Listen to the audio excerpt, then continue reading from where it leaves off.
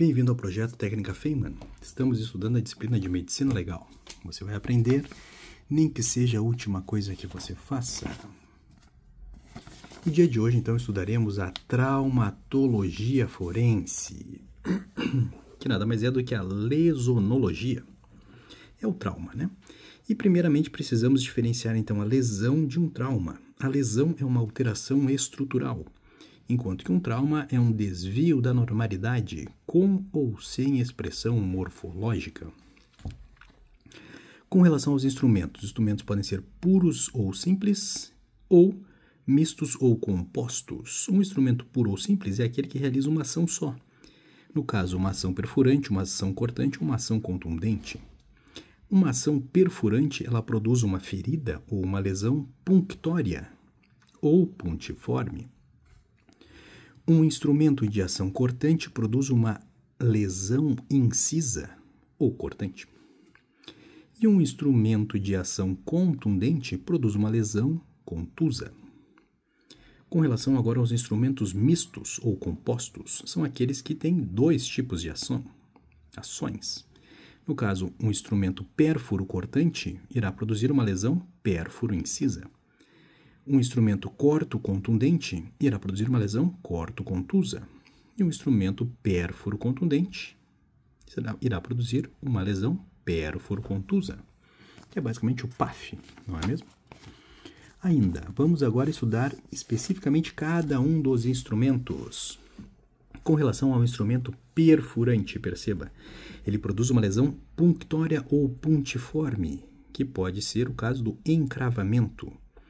Ele age em função da sua ponta e ele age por pressão. Então, o instrumento perfurante age em virtude da sua ponta por pressão e pode produzir uma ferida em acordeão de Lacassagne, que nada mais é do que uma ferida que tem um menor diâmetro que o próprio instrumento que a causou. O diâmetro é pequeno, mas ele é muito profundo.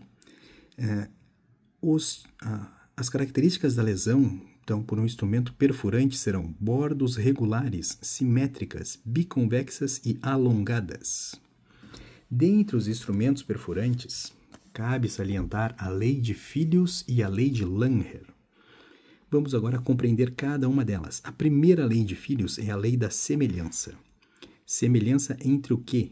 Entre dois instrumentos, entre um instrumento perfurante de médio calibre e um instrumento pérfuro cortante de 2 gumes. Ambos instrumentos, ou seja, eles serão semelhantes quando da produção da lesão, uma vez que ambos instrumentos produzem lesão em casa de botão.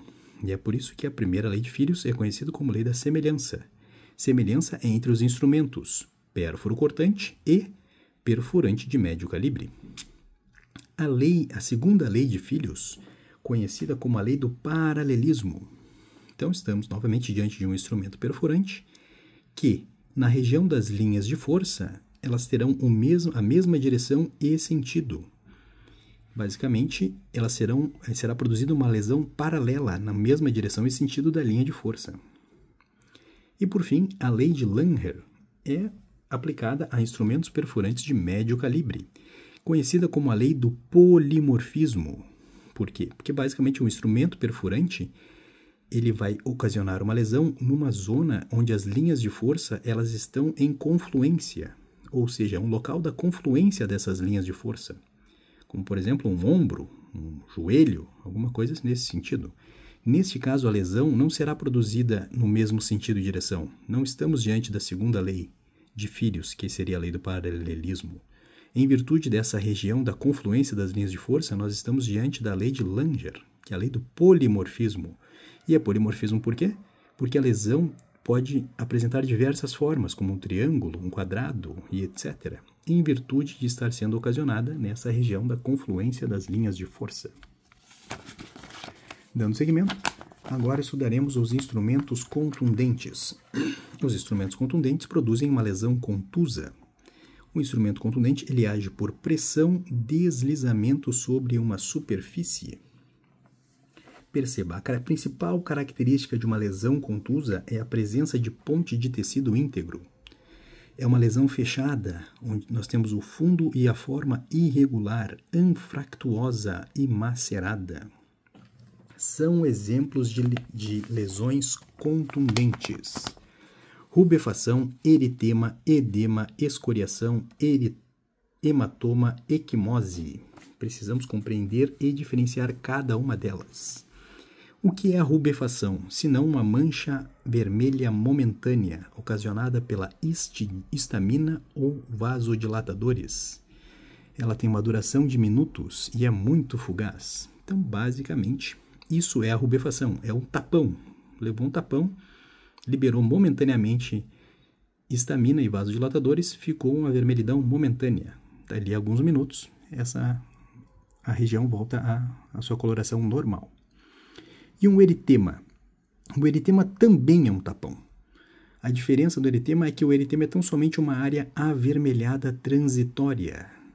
Geralmente tem uma duração de 24 horas.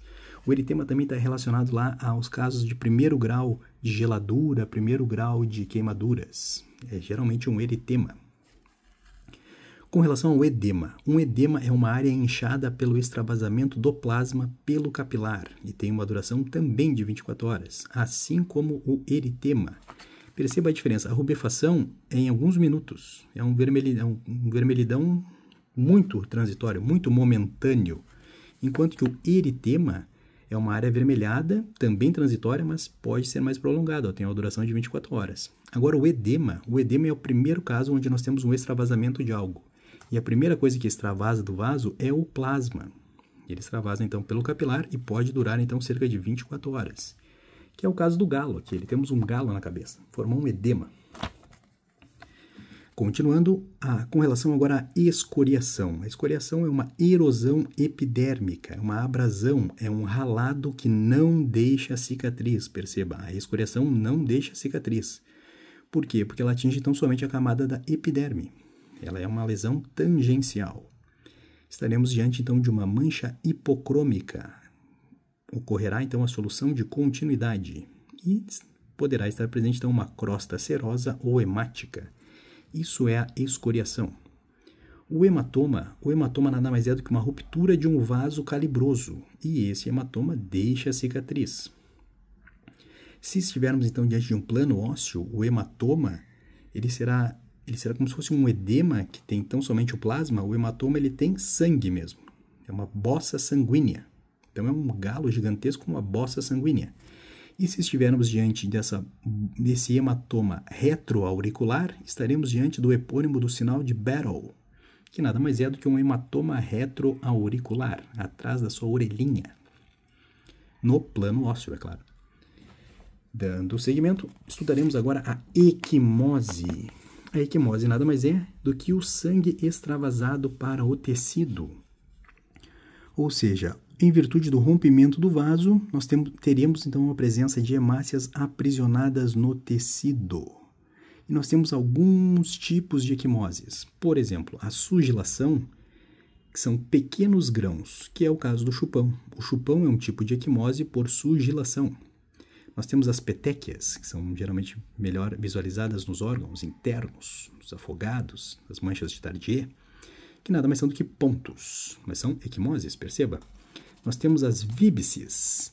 A víbice é uma estriação quase paralela, no caso de um cacetete.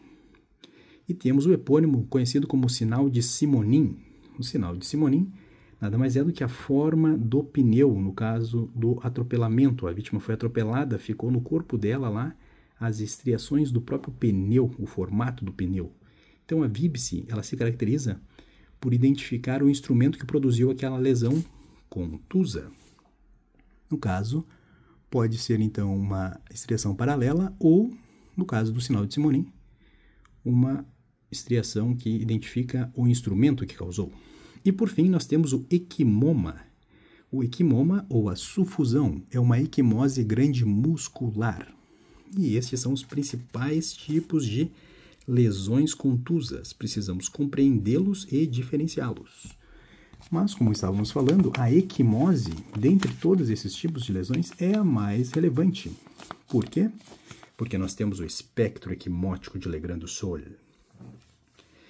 E a primeira observação que nós fazemos com relação ao espectro ecrimótico de Legrand-Dussault é que ele não se aplica à conjuntiva.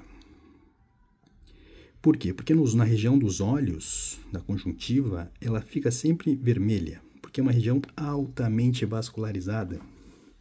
Tem muito oxigênio ali. Então, nesse caso, a hemácia não vai, ainda que ela fique presa no tecido, ela não será acometida pelo espectro ecrimótico de Legrand-Dussault. E qual é o espectro ecrimótico de Legrand-Dussault? Nada mais é do que uma velha vizinha azeda espancou a amante desmaiada. Ou a ordem com a qual a hemácia vai mudando de cor e vai se transformando em outra coisa. Então, lá, a primeira coloração dessa hemácia que foi extravasada do capilar para o tecido, a primeira coloração que ela tem, que ela possui, é a coloração vermelha, né? Isso ocorre no primeiro dia. Nós temos, então, tão somente uma hemoglobina. A hemoglobina é vermelha. A segunda coloração que ela vai passar a adquirir depois do vermelho é o violeta. Isso ocorrerá, então, entre 2 a 3 dias. E ela muda de cor porque, basicamente, a hemoglobina está sendo oxidada. Ela não está mais no capilar, no vaso sanguíneo. Ela está abandonada, presa, aderida ao tecido. E essa malha, esse tecido, irá oxidar a hemoglobina. Dando sequência, então, depois da coloração violeta, ela se tornará azul. Por que ela vai se tornar azul? Porque a hemoglobina que estava sendo oxidada, agora ela se transformou em uma substância conhecida como hemosiderina. E a hemosiderina é azul. E isso ocorre lá entre o 4º, 5º e 6º dias. Então, é uma pirâmide, é uma escala. 1, 2, 3, 4, 5, 6. A próxima coloração a ser adquirida depois do azul é o esverdeado, que vai ocorrer entre o 7, 8, 9 e 10. E, basicamente, ela fica esverdeada em função da sua conversão de hemosiderina para hematoidina ou biliverdina. E a biliverdina é verde, por isso que ela fica verde. Interessante, não é mesmo? Depois da coloração esverdeada, então, teremos a última coloração, que é a amarelada. E vai ocorrer entre os dias 11, 12, 13, 14 e 15. Percebeu? É literalmente uma pirâmide, uma escada de dias. E por que fica amarelo? Porque a biliverdina ela está sendo agora convertida em bilirrubina, que é o mesmo caso das pessoas que têm problemas no fígado, ficam amarelados. Por quê? Porque está sendo, então, produzida uma bilirrubina. E depois dessa questão amarelada, ela desaparece. Isso ocorre, então, entre o 16º dia e o 20º dia. E esse é o estudo do espectro ecrimótico de Legrand-Dussault, ocasionado por um instrumento contundente, em virtude de uma lesão contusa. Ainda com relação ao instrumento contundente, temos o caso de fraturas. Fraturas são perda de continuidade óssea. A fratura pode ser direta, no local do traumatismo, ou pode ser indireta, em uma região próxima.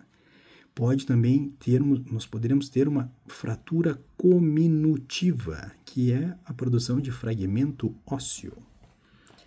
Os instrumentos contundentes ainda produzem luxação, que nada mais é do que a perda de continuidade articular. A luxação, ela envolve a articulação. E a entorse, ela envolve uma torção de tendão e ligamentos. Então, a entorse é o ligamento, a luxação é a articulação como um todo. O entorse, então, ele produzirá um infiltrado, inflamação e hemorragia.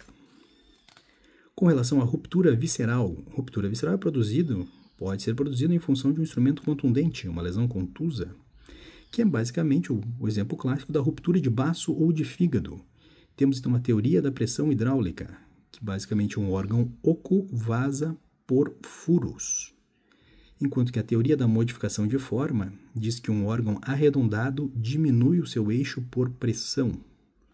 E, por fim, a teoria da hipercurvatura diz, então, que a curvatura do órgão ou do fígado está correlacionado ao sinal de Vinokurova, que é mais um epônimo aí da medicina legal para decorarmos na nossa alma. Por fim, temos a questão da precipitação, que é a defenestração. O cara se joga da janela, então podemos ter um crânio em saco de nós, podemos ter o calcânio em saco de nós. Basicamente são quebras de ósseos. Ele quebra e se esfacela. Ainda temos a questão da explosão, que é uma blast injury. Temos, então, a primeira coisa que ocorre na explosão são as ondas de pressão e calor, em função da explosão.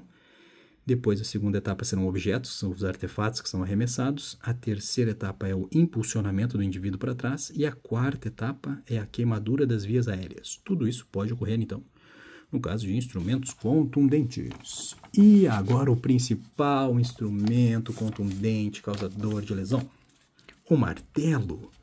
O martelo ele pode ter uma ação perpendicular ou uma ação tangencial. Perceba a diferença. No caso de uma ação tangencial, estaremos diante da terraza de Hoffmann, que estará sendo produzido, portanto, uma fratura triangular, que não descola, só afunda. Descola afunda o quê? O crânio do indivíduo. O indivíduo, então, está tomando uma martelada de forma tangencial, produzindo, portanto, uma fratura triangular. Está pegando só ali um pedacinho do martelo. E não está, portanto, promovendo o descolamento do crânio. Então, somente um afundamento dele mesmo. Mas agora as lesões perpendiculares que são as mais relevantes, não é mesmo? Porque agora você vai tomar uma martelada 100%.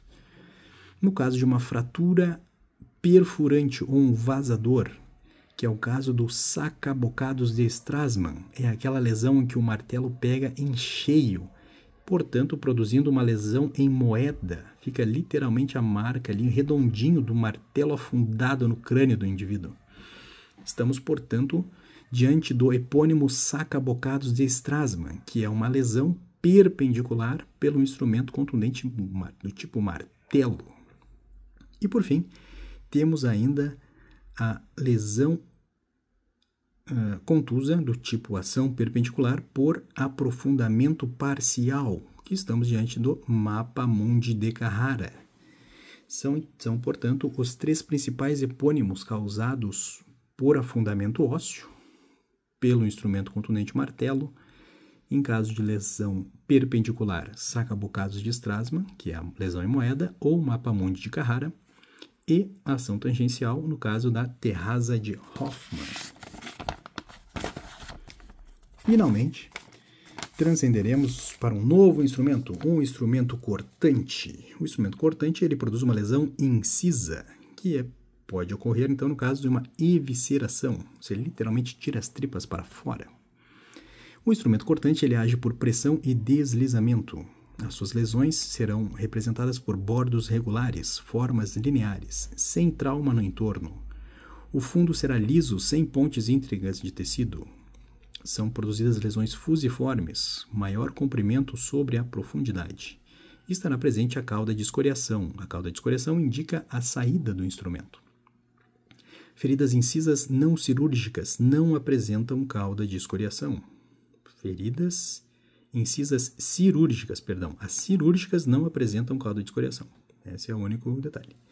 E temos um epônimo relativo ao instrumento cortante e as lesões incisas produzidas por ele, que é o sinal de Chavigny.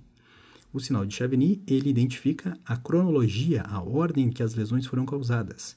A primeira lesão, ela irá apresentar uma borda contínua, enquanto que a segunda lesão apresentará uma borda descontínua.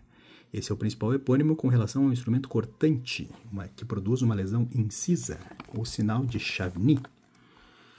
Ainda nós temos, então, a possibilidade agora de analisarmos o esgorjamento, o degolamento, o esquartejamento e o espostejamento. Vamos diferenciá-los. Primeira coisa, o esgorjamento ele ocorre na face anterolateral do pescoço, onde vai ocorrer, então, um corte parcial. E o degolamento ele ocorre na face posterior do pescoço, propriamente na nuca, que é exatamente a região onde fica a gola. A gola fica na nuca, na face posterior.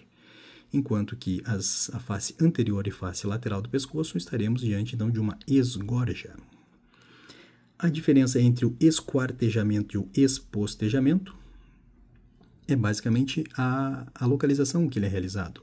O esquartejamento é feito através da articulação dos membros. Então, a pessoa ela é esquartejada, os membros são separados com base nas articulações.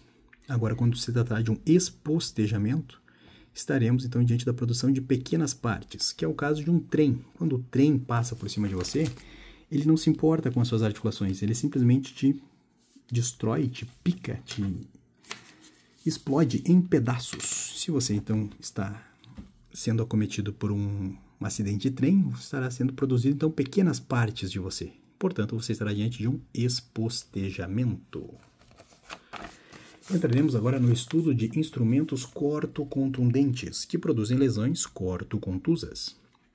Um instrumento cortocontundente produz a sua lesão por pressão, que é a porção de contusão dele, e pelo fio, em função do seu corte. As lesões cortocontusas possuem bordo irregular, formato variável, ausência de cauda de escoriação e não há pontes de tecido íntegro. Claro que se cortou não tem como, né? São exemplos de lesões cortocontusas, principalmente as mordeduras, que são causadas pelos dentes. Então, o primeiro caso de mordedura, ela vai causar uma equimose e escoriações superficiais, o primeiro grau. O segundo grau de uma mordedura irá ocasionar uma equimose e escoriações nítidas e profundas. Será, então, a partir do segundo grau de mordedura, nós já poderemos identificar o agressor, em virtude das equimoses e escoriações nítidas e profundas geradas pela mordida propriamente dita. O terceiro grau, então, nós estaremos diante de uma ferida contusa. E, por fim, o quarto grau será equivalente à laceração, que é o que os animais produzem. Os animais laceram, produzem feridas cortocontusas através dos seus dentes. E este foi o estudo inicial com relação aos instrumentos cortocontundentes. Na aula seguinte, estudaremos os principais instrumentos, que são os instrumentos pérfuro-contundentes. Até a próxima aula.